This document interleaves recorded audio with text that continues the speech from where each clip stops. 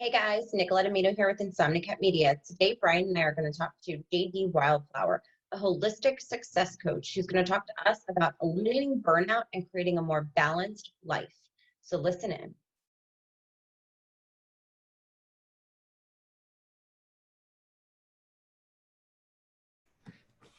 Hello, everybody. Today, Bryan and I are here with JD Wildflower. She is a holistic success coach, and she's going to talk to us about a lot of cool things, including burnout today. So for those of us who don't know you, JD, can you tell us a little bit about yourself and your background and the path that led you to becoming a holistic success coach? Oh, sure. It actually starts when I'll say that it kind of all started when I was 14. I had looked forward to going to this special magnet arts, performing arts high school.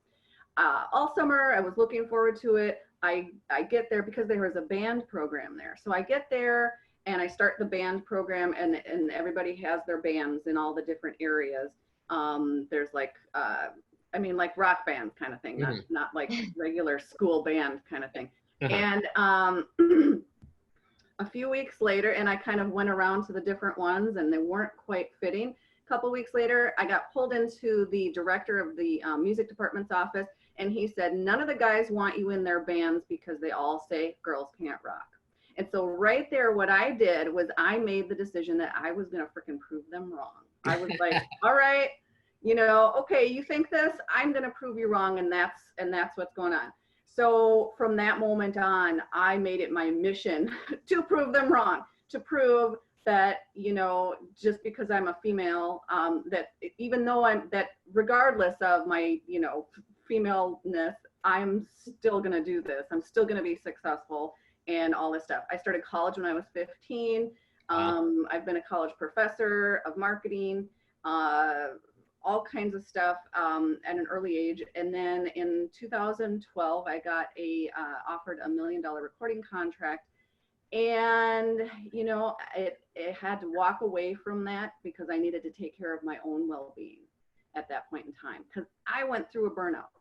So, I've gone from this journey. I've been an entrepreneur for over 2 decades. And during this journey, there's been like these ups and downs.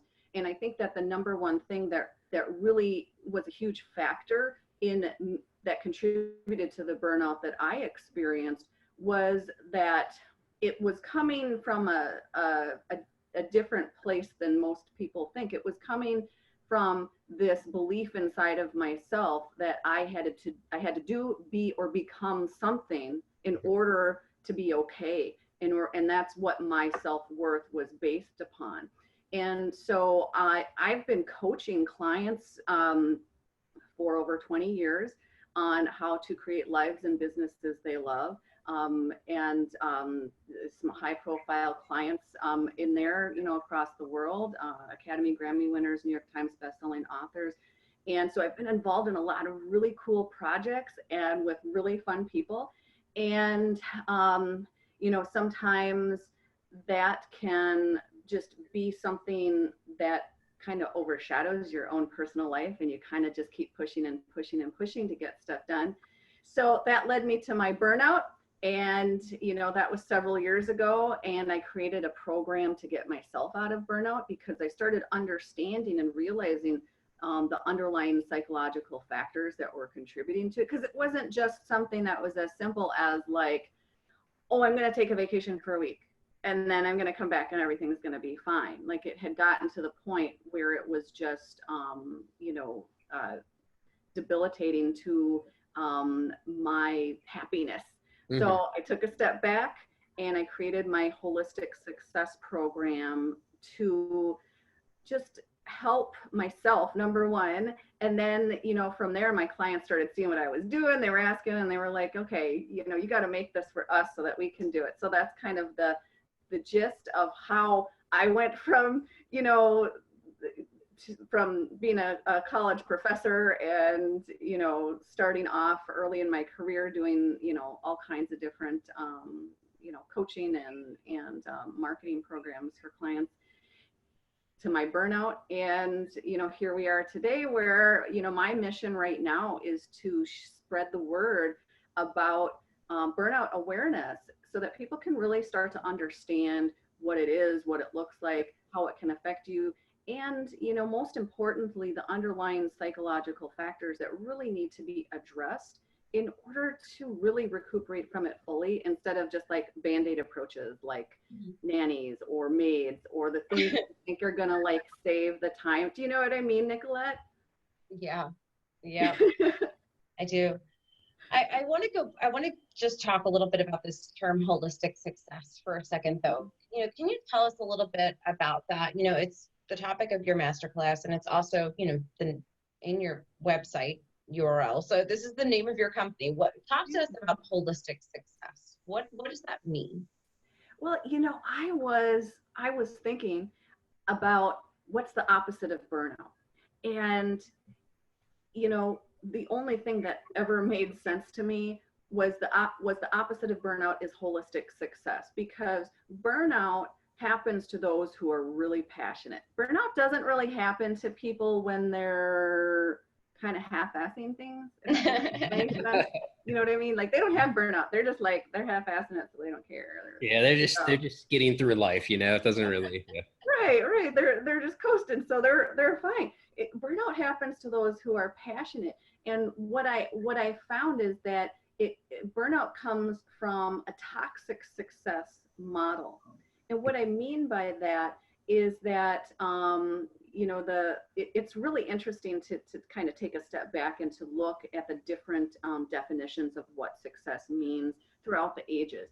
Back in the 80s and the 90s, success did not mean being on 24/7. It did not mean answering your emails at 8 p.m.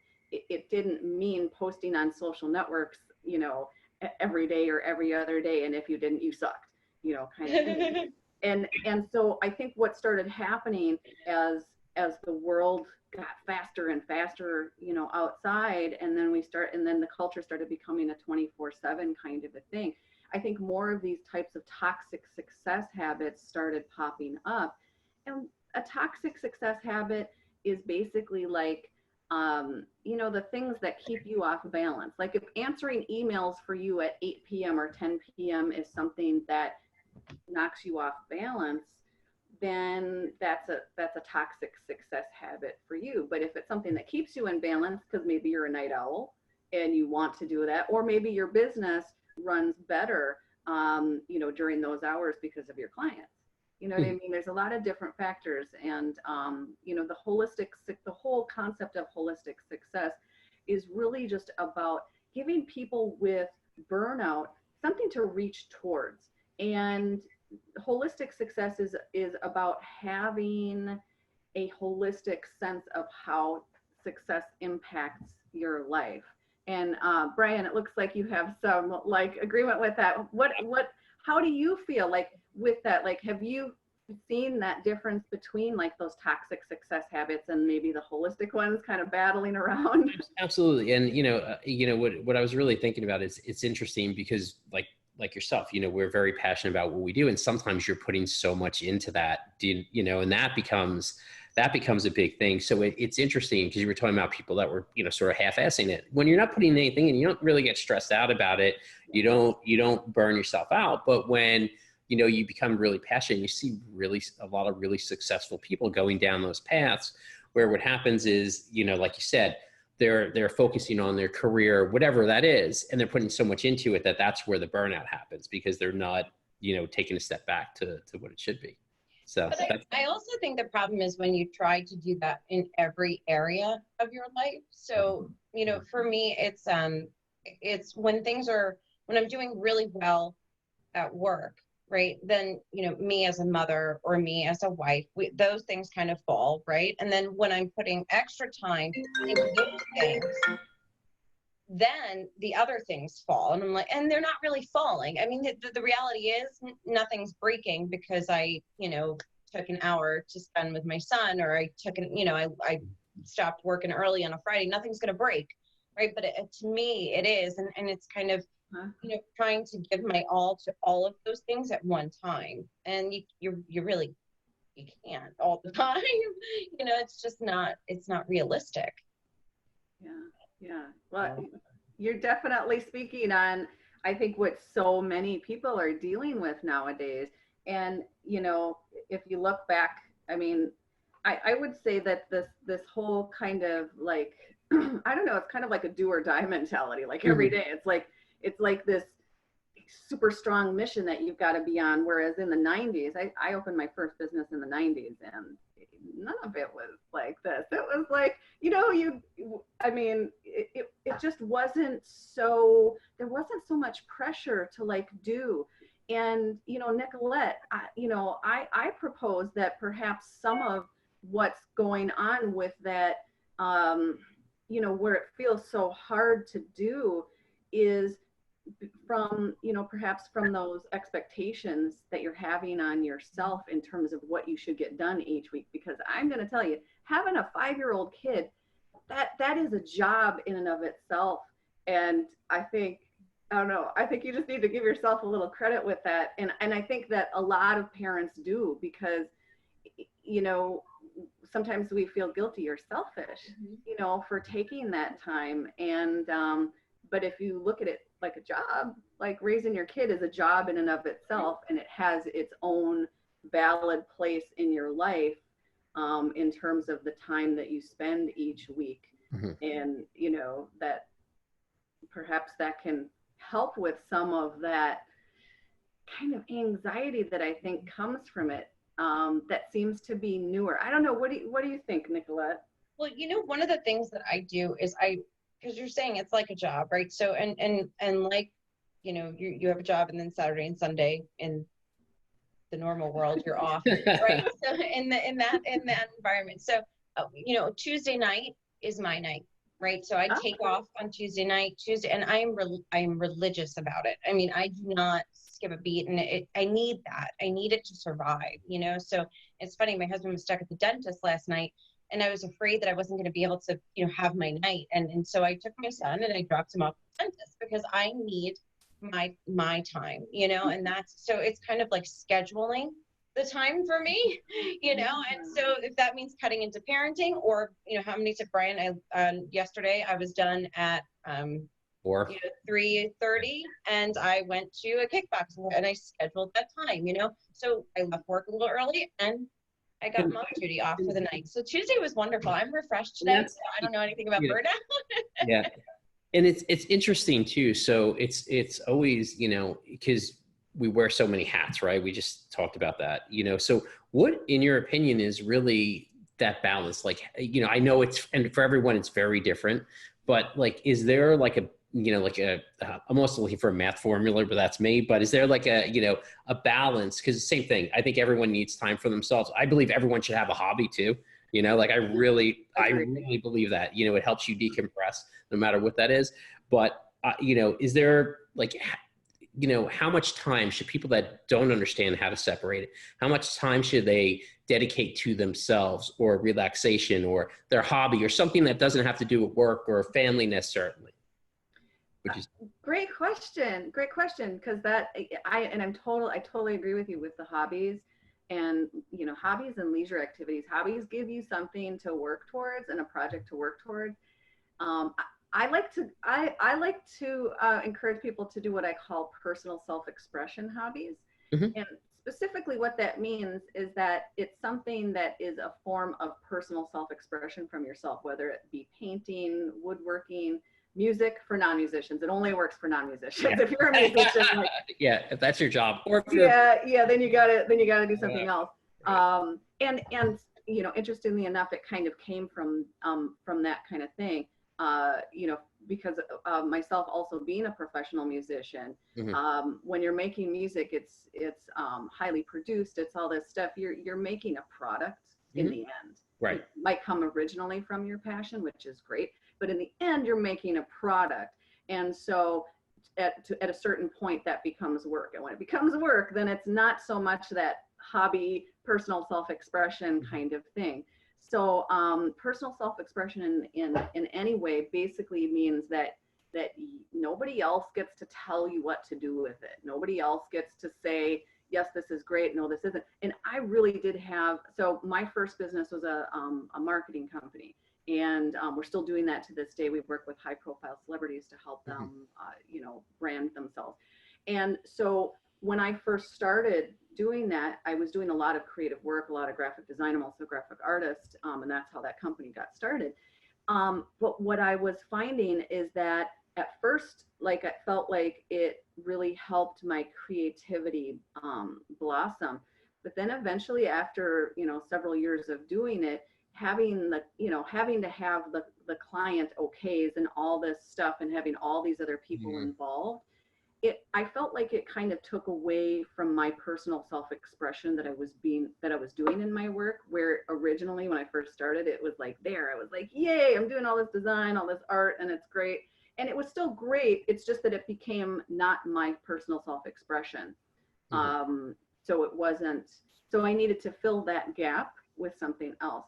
So, you know, Nicolette, when I was looking for that time, like you're talking about, to, like, you know, take time away from the family and go do my thing, I took, there were a couple different things I did. I took watercolor painting classes, was one of the things, and cake decorating classes. So I don't like cooking. I don't like, I make businesses. That's my thing, right? Those are my cakes. But I can make a cake look pretty. So. But yeah, you know, those hobbies and working with those. Yeah, go for it. About burnout, because, you know, you started off talking about burnout, and I want to talk about this because it's trending. You know, we didn't really, this burnout is, you know, we see, they're saying, where is that? I found a report. It said that millennials are a highly burnt out group. And I mean, I guess I fall into the millennial category, but I don't feel like a millennial. So but I guess I am pretty burnt out half the time.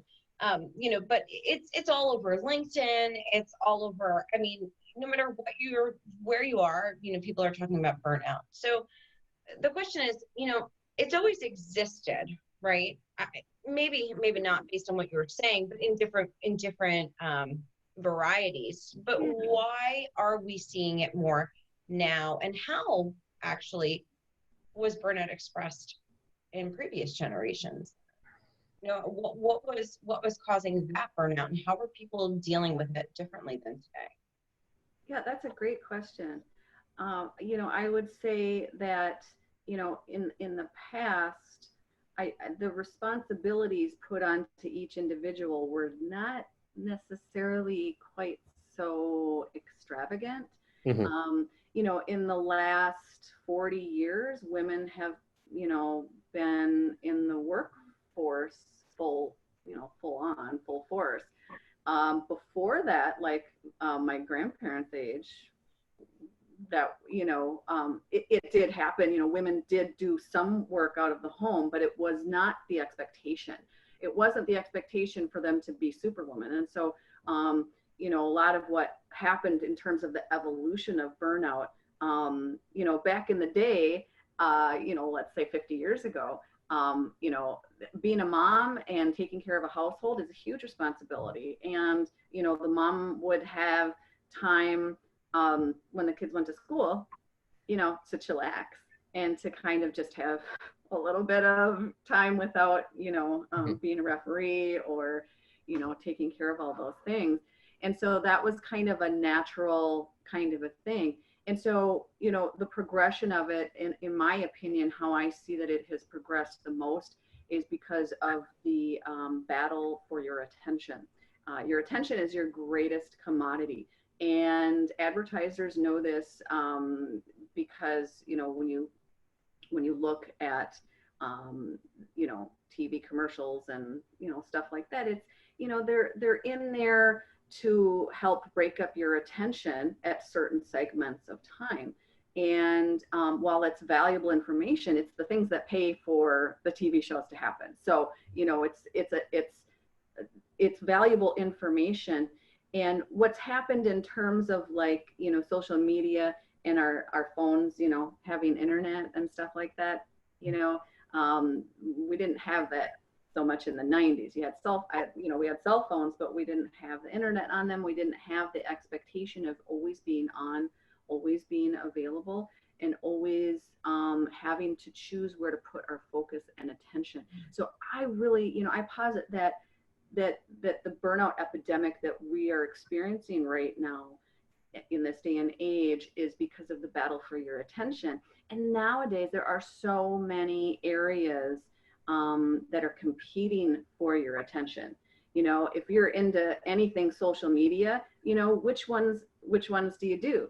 Are you on Facebook, LinkedIn, Twitter, Instagram, all this stuff? And if you're an entrepreneur, oh my God, forget about it. There's so much fluff and BS out there nowadays about like all these things that you're supposed to be doing as an entrepreneur. And there's people will tell you, you got to use this one social network, and now you got to do this one. And then, these young entrepreneurs that are starting out, or green entrepreneurs, I'll put it that way, starting out, they're like looking at it and they're like, oh my gosh, I've got to like post on like 10 networks every single day, and then work, and then take care of the family, and then take care of the household. And it's all of this competition for your attention. And the brain has a real challenging time keeping up with that, especially if you're a person who feels like you need to keep up with certain things, which is, one of my recommendations for, helping to work with that is to take a look around your life and see what ball you actually should just put down. Mm-hmm. So do you think that actually, so, because you're competing with so many things, right, that's increasing the burnout, but with like social media or things like that, but does that also force sometimes a lot of people to lose their passions because they're not now focused on what their business is supposed to be? They're focused on just, let me post, into these social accounts, I need to be on this one. Oh, now TikTok's the big trendy thing. Let me go over there. Do you know what I mean? And instead of going, well, here's what I am, or here's what my business is supposed to be, or here's what my passion is, or my goal, and really focusing on being what they want to be in their business first, that aspect of it. Yeah.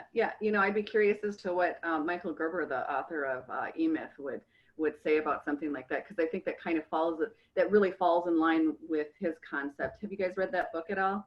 I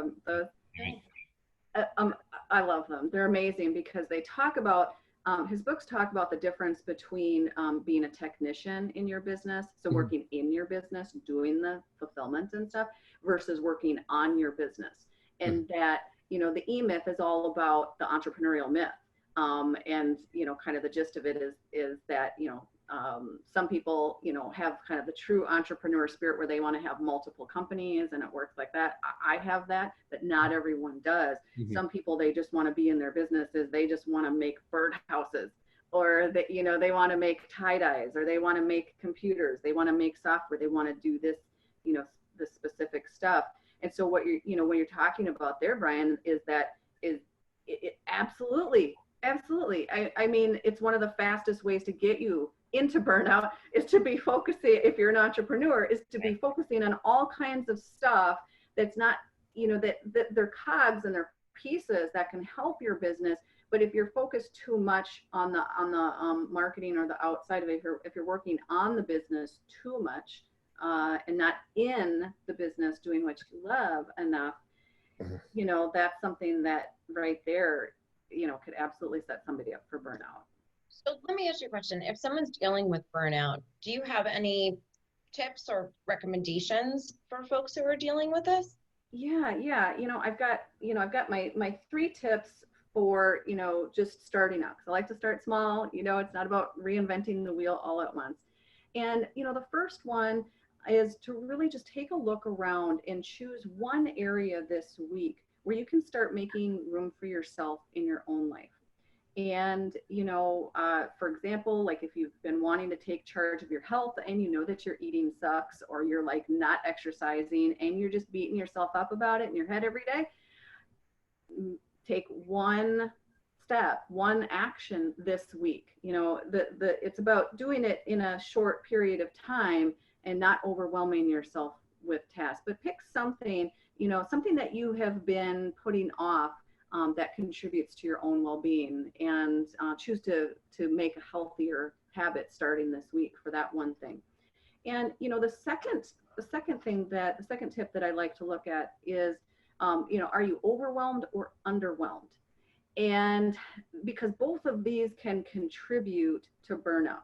So what I suggest is to take a step back for a moment and to just kind of, connect with your heart's desires and your goals, because sometimes they kind of compete with each other. Because, like, let's say, you have a career and you're very career minded and everything, and then you have a kid, and then that, they're kind of competing with each other at a certain point there.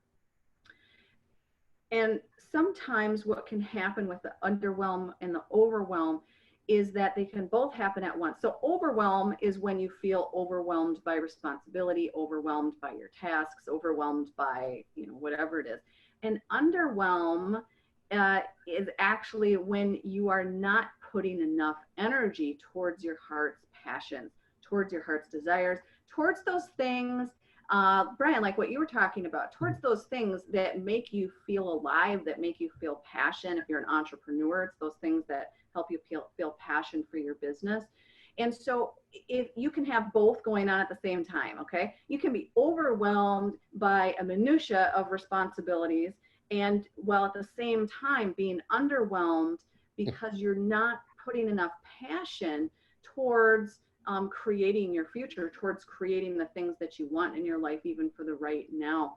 And so I say, take a look at those two things, that underwhelm versus the overwhelm, and just kind of check in with yourself to see, where you are, with that, because understanding that is going to be the foundation on which you're going to be able to create some solutions for the burnout.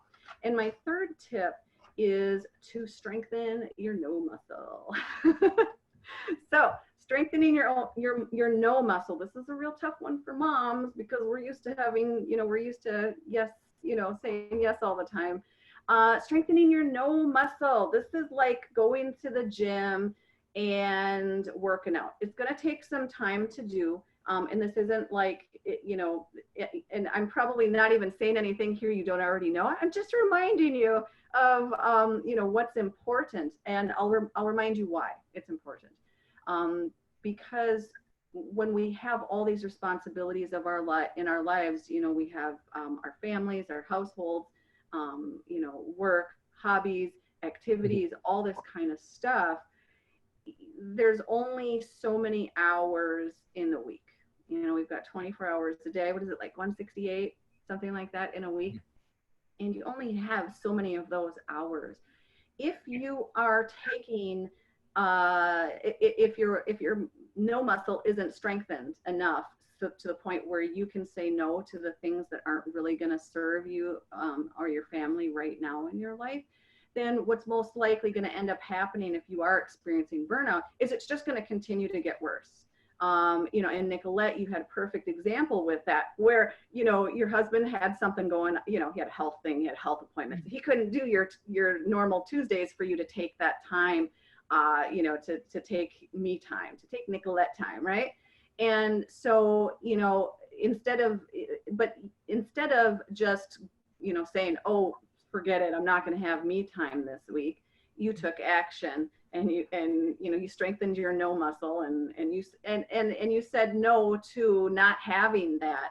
And so really strengthening your no muscle, it can mean different things to different people, but I really encourage you to you and the viewers out there to really just take a look at where you need to start saying no more in your life, and that when you do it, do so with grace, and sometimes women, I feel like, are the ones that have the hardest time doing this. So especially in the Midwest, if women raised in the Midwest, there's kind of a joke up here in Minneapolis that if you're a female raised in the Midwest, you were raised to be passive aggressive. And so it's it's something that a lot of women have to work with. I've always been kind of my own person, kind of a loudmouth at times, so I haven't really dealt with that. But it's an interesting thing to see you know, how women give themselves permission to do that or not. I feel like men oftentimes have an easier time with it because they're not looked at as a bitch when they do that, when they say no. And so, and it's not about doing it in a way that's snarky or anything like that. Sometimes it's just simply a matter of saying, you know, if somebody asks you to do something or make a commitment to something, you could say, you know, I just have a really full plate right now in my life, and I really want to be able to give everything in my life my all. And because I have all this stuff going on right now, or because my kid is this age and I'm dedicated to, you know, raising him, you know, and being there for him, unfortunately, I just don't have the time to commit to this.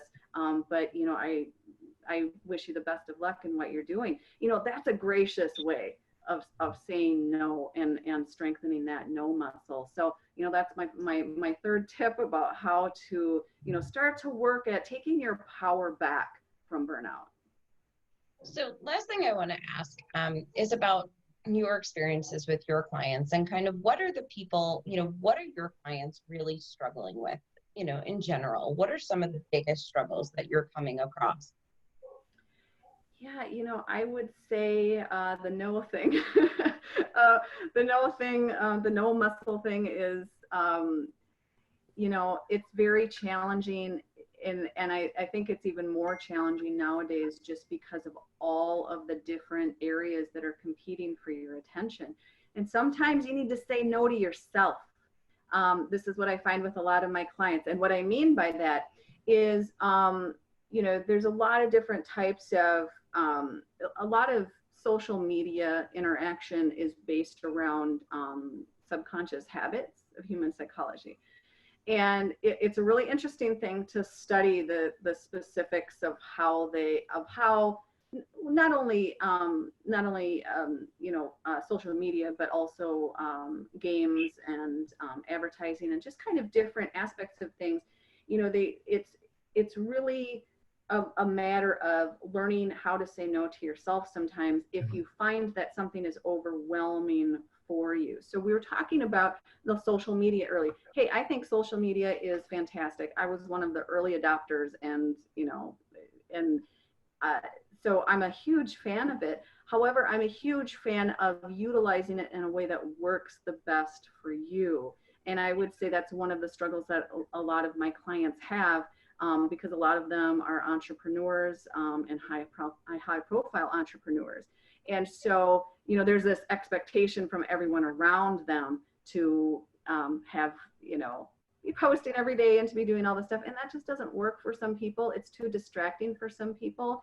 And so they need to either create a plan to like bulk it, like batch write posts and stuff. That's what I train a lot of my entrepreneurs to do. To, you know, batch it, to, you know, take one day out of the month, write down what you're going to be posting for the whole month, create a platform around it, use it. If you're using it for business, use it for business. And using it for business is about having strategy. If you have strategy, then you don't run into the thing, Brian, like what you were talking about earlier, where somebody is like, you know, if it's not really their passion. Right, it might not be their passion. However, it could be necessary for them to market their business.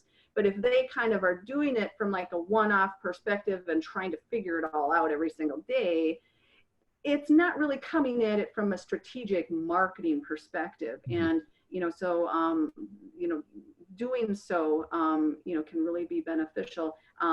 So sometimes, you know, having to strengthen your no muscle with yourself, of, you know, giving yourself limits on what you're going to spend your time doing and what you know, and what you're not going to be doing, is a thing that my clients are challenged with. And so another aspect is, you know, the delegating or deleting of things. So many passionate professionals, we want to do it all ourselves because we're the only ones that can do it right. Right? Yep. I don't know anything about that. And, you know, here's the thing. Sometimes we need to delete it and sometimes we need to delegate it. And it really just requires, you know, taking a long look at what your, you know, future holds. what you want your future to hold. Because everybody has, you know, in this day and age, you know, let's say 100 years, give or take, right? Let's say shoot for 100 if you want, and go with that. And so, you know, with that, if you start with the end in mind, it's a lot easier to make those choices today, to say no to something or to delegate it. You know, I was mentioning earlier the cooking thing, you know, one of those things I'm not all that great at, you know. And so that's an area where I like to have help, you know, because for me, it is, I find it's more beneficial for my well-being to be focused on, you know, the things that I'm passionate about, and to have, you know, some delegation with some of those things that I'm not so passionate about. And so my kid is a better cook than I am. And so he actually makes a lot of food, and, you know, it's a wonderful thing. So, and I still, mind you, I still keep on top of my health, and I eat very healthfully. I'm just not in the kitchen, you know, whipping up like huge gourmet meals and stuff like that. It's not my strong suit. And so rather than try to force myself with something that kind of takes more energy from me than it gives, I prefer to delegate that. And that's one of the challenges that I find my clients face a lot, is that question of like, what do you delete? What do you delegate? And you know, it really comes down to that's a personalized kind of thing, and it really needs to be based on a person's you know, assessment of, you know, what really helps them feel alive and feel passionate in their life, and you know, that, and knowing and understanding as well, like what helps them feel overwhelmed, and you want to kind of, you know, create some solutions for those things that cause the overwhelm. So I don't cook either, so you don't. I enjoy it. I'm one of those. Yeah. Oh, good. My son does. He loves it. He's like me. I was like trying to make some barbecue sauce because I'm doing this lectin-free thing. So I was like trying to make a barbecue sauce without tomato sauce, and it was not happening how I was making it. So I just gave it to my kid. I'm like, here, can you make something that tastes good, kind of like barbecue sauce but without tomato? He's like, sure, Mom, and he made it, and it was great. So, Awesome. Yeah. So, Bryan, am I forgetting anything? Is there anything we wanted to talk about with JD that we didn't cover? And we talked about a lot of good stuff. I don't think so. I mean, I know I came away with some really good tips on what I need to do in my life. Awesome. Yep. So, JD, anything you want to leave us with? You know, burnout is something that isn't gonna go away because you ignore it. It's one of those things that really, you know, it's important to acknowledge when it's going on in your life so that you can take some action about it, because it's not something that you can, I'll put it this way, it's something you can sweep under the rug for only so long, and then you're going to be walking on that rug, and there's going to be piles, and it's going to make you fall down. And really the goal in my work and my mission is to help people before it gets to that point, to help people acknowledge, you know, that they're experiencing some symptoms of burnout, you know, if they are, and to start to create some plans and some solutions to it right at that point, rather than like letting it go to the point where they're completely overwhelmed, where they feel completely burnt out, and you know, where they have to take, you know, when people get into a real huge burnout, sometimes they have to take 6 months to a year off because they need to really dial back into themselves again. And so my goal is to, you know, really help to give people the tools to prevent burnout in the first place, or hey, if you're already there, because some people are, to work at taking those steps to recuperate from it in a way that works for you. And it's different for everyone. So it's really about having that awareness, I think, is, you know, the biggest step right now that people can take to, you know, working with burnout. So JD, besides your masterclass, where else can people go to find out more information on holistic success? Oh yeah, sure, Bryan. They can go to holisticsuccessinstitute.com.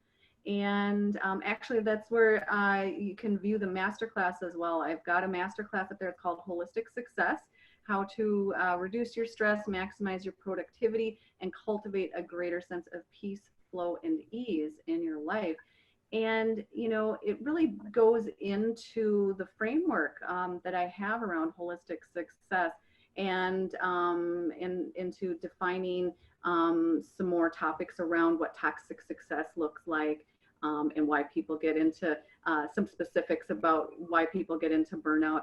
And that's a free masterclass that anybody can look at online there. And then I've actually got a 4-week online mastermind boot camp program. It's called Burnout Boot Camp. And what it is that it's a program designed for busy professionals to help them either prevent or recuperate from burnout. And it's done in 4 weeks. So it's boot camp style kind of thing. It's about creating massive results and, you know, really going for it. And it's all done online. So people from around the world are joining us. And it's really fun because, you know, it's a resource, and it's somewhere where, you know, the people in our group, they can talk, you know, about what they're experiencing, because it's a mastermind program. And so we have select individuals with it. They're small groups that we work with each month. But it's really, you know, fun to see people start to smile again and start to like get their passion back and start to get their inspiration back. And so that's at holisticsuccessinstitute.com, so you can check that out. Awesome. Thank you so much for joining us today, JT. We really appreciated it. Absolutely. Thanks for having me, Nicolette and Bryan. It's been fun to chat and to, you know, help spread the word about burnout awareness.